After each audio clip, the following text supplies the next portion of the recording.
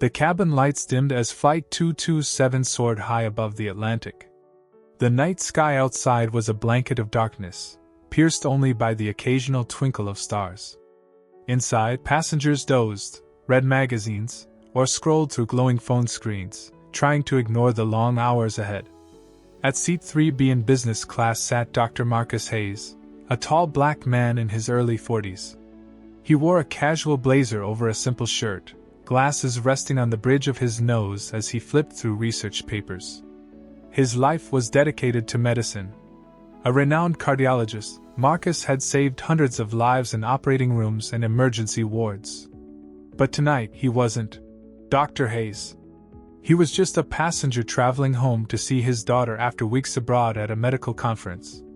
Across the aisle, a flight attendant named Ms. Carter moved briskly between rows, her posture stiff, her smile mechanical. She had been with the airline for years and prided herself on her discipline. But beneath her professional exterior lurked something harsher: prejudice. She carried herself like a gatekeeper, deciding who belonged and who didn't. The flight was uneventful until a sound shattered the calm. A gasp. Then a thud. A man in his 60s collapsed in seat 5A. His wife screamed, clutching his shoulders. "Help! Somebody, please! He's not breathing!" Passengers jumped from their seats. Panic rippled through the cabin. The man's face was pale, his lips turning bluish. His chest barely rose. Marcus was on his feet in seconds. He pushed his glasses up, grabbed the medical kit from the overhead compartment, and hurried forward. "I'm a doctor," he said firmly, kneeling beside the man. His hands moved with practiced calm as he checked the pulse and airway. But before he could begin CPR, Ms. Carter's voice sliced through the chaos. "Step away from him." Marcus looked up, stunned. "What?" She crossed her arms, her expression cold. "You can't touch him. You need to sit down," the man's wife wailed. "Please! He's dying!"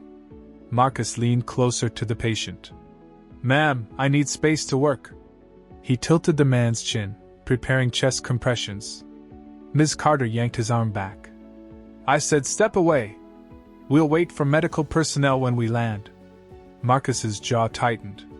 "We don't have that kind of time. If I don't start now, he won't survive the next 10 minutes. The woman beside the man sobbed, clinging to her husband. "Let him help. He's a doctor." Other passengers shouted in agreement. "Let him through. He knows what he's doing." But Ms. Carter stood her ground. "Do you have proof you're a doctor?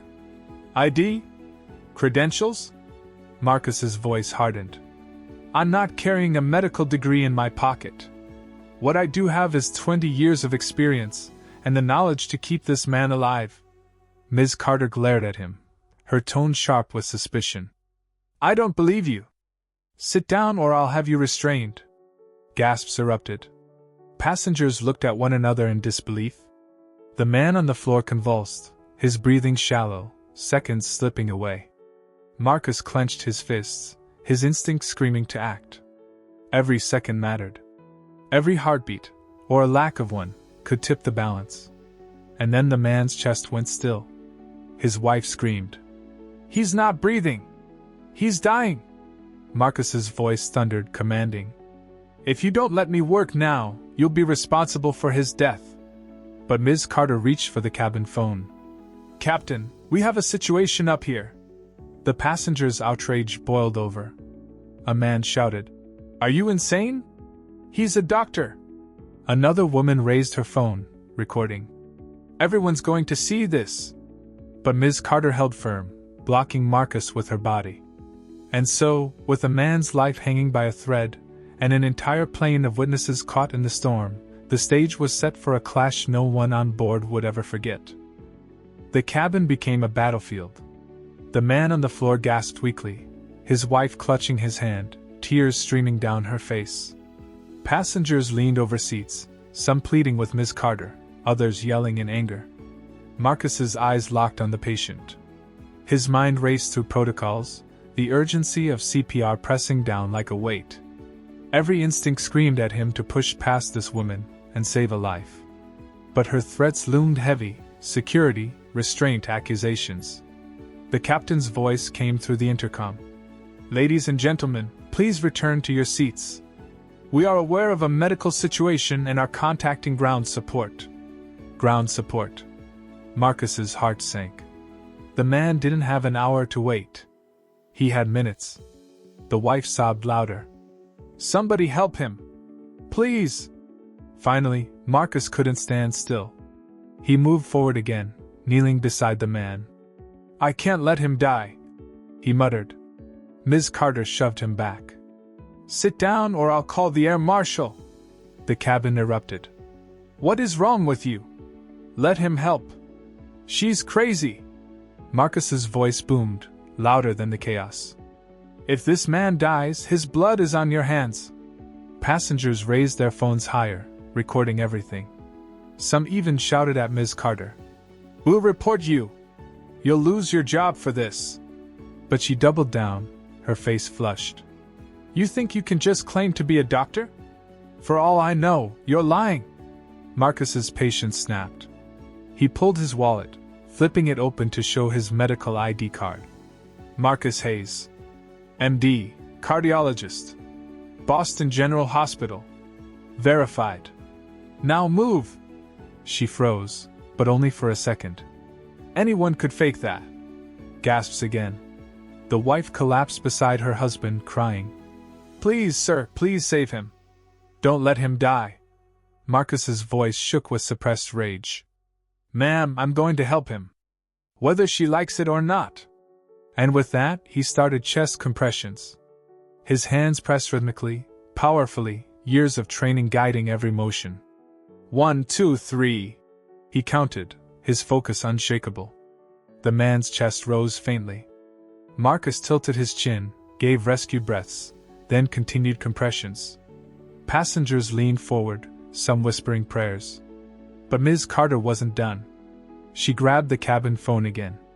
"Captain, I repeat, we have a disruptive passenger claiming to be a doctor."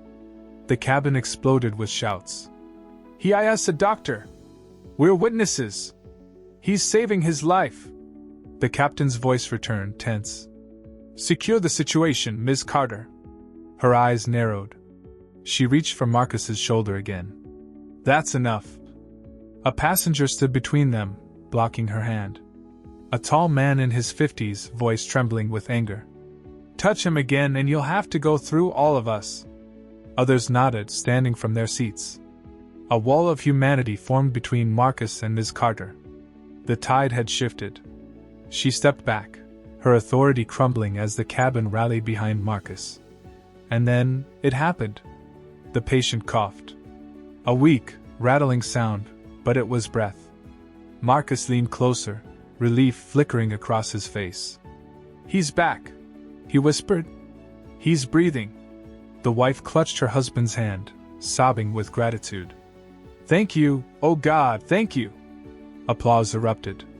Passengers cheered, some crying, some shouting, "Hero!"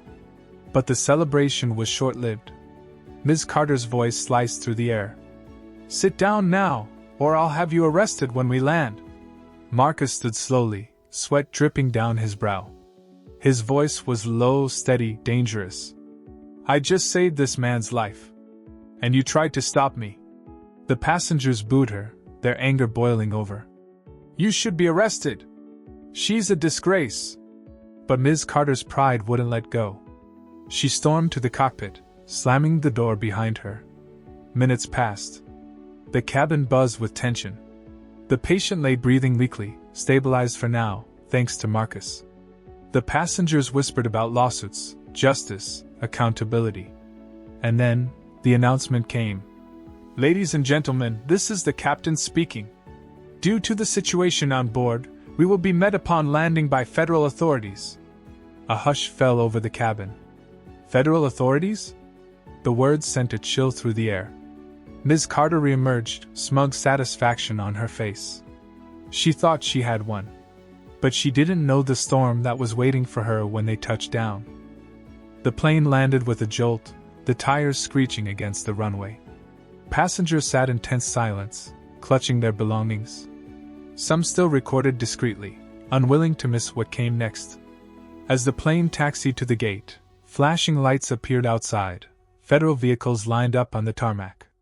The cabin door opened, and in marched 3 men in dark suits. Their badges gleamed. The letters on them were unmistakable. FBI. The passengers gasped. A murmur rippled through the cabin. The FBI? What's happening? Ms. Carter straightened her uniform, trying to look composed. She stepped forward quickly, pointing at Marcus. That's him. He disrupted the flight. He impersonated a doctor and endangered a passenger. The agents turned their gaze to Marcus. But before they could speak, voices erupted from every corner of the cabin. He saved that man's life. She stopped him from helping. She slapped his hand away while the man was dying. We all saw it. Dozens of passengers spoke at once, their outrage boiling over. Phones waved in the air, screens glowing with recorded evidence. The lead FBI agent raised his hand, silencing the noise. He turned to Marcus. Sir, may I have your ID? Marcus pulled out his wallet, handing over his hospital credentials. The agent studied them, then looked back at Marcus. Dr. Hayes. Boston General. Cardiologist. He nodded slowly. Everything checks out.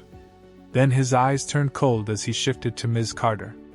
You tried to stop a licensed physician from performing emergency medical care? Her voice wavered. I didn't know if he was telling the truth. The agent cut her off. Multiple witnesses say otherwise. And you physically interfered? Her face paled. I was only following protocol. The agent stepped closer, his voice razor sharp. Protocol does not include assault. Protocol does not include racial profiling. And protocol certainly does not include obstructing a doctor while a man was dying. The passengers applauded, some shouting, That's right. Ms. Carter's lips trembled. I didn't mean. But the agent raised a hand. Save it. You'll be answering to federal investigators. 2 agents flanked her, their hands firm on her arms as they escorted her off the plane. She hung her head, her once proud posture crumbling into shame. The cabin erupted in cheers. The lead agent turned to Marcus, his expression softening. Doctor, thank you for your service. You very likely saved that man's life. Marcus exhaled, exhaustion finally settling in. I just did what I was trained to do. The man's wife rushed forward, hugging him tightly, tears streaking her face. You're an angel. You gave me my husband back. Passengers clapped, some chanting, Hero! Hero! Marcus looked around the cabin, his eyes shining with both pride and pain. No one should have to fight to save a life. Not here. Not anywhere. The agent nodded. We'll be filing reports. Justice will be served. As Marcus gathered his bag and helped the patient's wife off the plane, the passengers lined up in the aisle, patting his back, thanking him, offering words of support. And as the FBI led Ms. Carter away in handcuffs, her career shattered, the world outside that plane learned a lesson. Prejudice has no place where lives hang in the balance. That night, Dr. Marcus Hayes didn't just save one life. He exposed a truth that would echo far beyond the cabin walls. If this story made your heart race, don't let it end here. Share it so the world remembers the cost of prejudice, and the power of standing up for what's right. And if you believe courage should always triumph over injustice, hit like, subscribe, and join us for more stories that reveal the truth.